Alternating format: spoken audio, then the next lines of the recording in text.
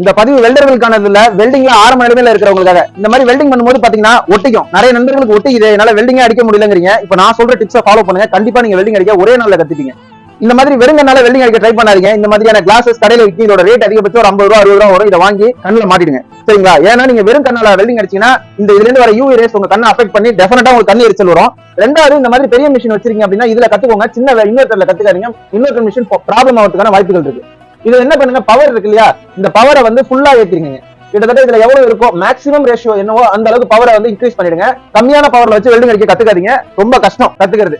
இந்த கத்துக்கிறது என்ன நான் சொல்ல வரேன் அப்படின்னா, இந்த பாருங்களேன், இந்த மாதிரி கையை வேகமா இழுங்க. வேகமா இழுத்தீங்க அப்படின்னா இதுல வெல்டிங் எல்லாம் வராதுங்க, வெல்டிங்க்கு பதிலாக கரையும் வெல்டிங் ராடு. இதை ஏன் கரையணும் அப்படின்றனா, இந்த வெல்டிங் ராடுக்கும் அந்த ஜாப் மெட்டீரியலுக்கும் எவ்வளவு கேப் வரணுங்கிறத உங்களால ஈஸியா ஐடென்டிஃபை பண்ண முடியும். இங்க பாருங்க, இந்த மாதிரி செய்யுங்க. ஒரு 10 தடவை இந்த மாதிரி செஞ்சீங்கன்னா 11வது தடவையில உங்களுக்கு இந்த மாதிரி பொறுமையா வெல்டிங் அடிக்க வரும். ஓகேங்களா? இந்த மாதிரி அடிக்கும் போது இதை நீங்க கீழே குனிஞ்சு பாத்தீங்கன்னா தெரியும் வெல்டிங் ராடுக்கும் அந்த எர்த் ராடுக்கும் எவ்வளவு கேப் இருக்குன்னு.